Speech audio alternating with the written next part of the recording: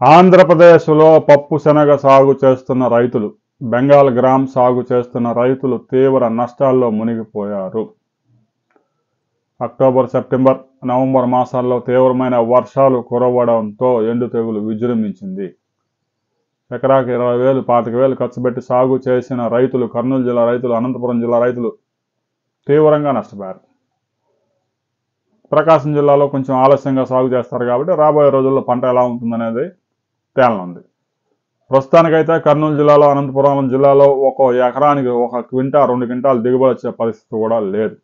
ఎకరాకి 25,000 రూపాయలు ఖర్చు చేసిన రైతుకి కనీసం 4,000 నుంచి 5,000 ఆదాయం వచ్చే పరిస్థితి కూడా లేదు. పంట పూర్తిగా పోయింది.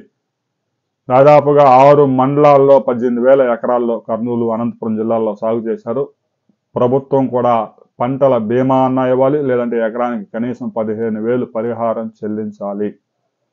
రైతు సోదరులంతా ప్రజాప్రతినిధులకి మీ యొక్క ఇబ్బందిని విజ్ఞప్తి చేయండి, మంత్రుల్ని కలవండి, పంట పోయిన తీరుని మీడియా ద్వారా అందరి దృష్టికి తీసుకురండి, వ్యవసాయ శాఖ మంత్రిని కూడా కలవండి.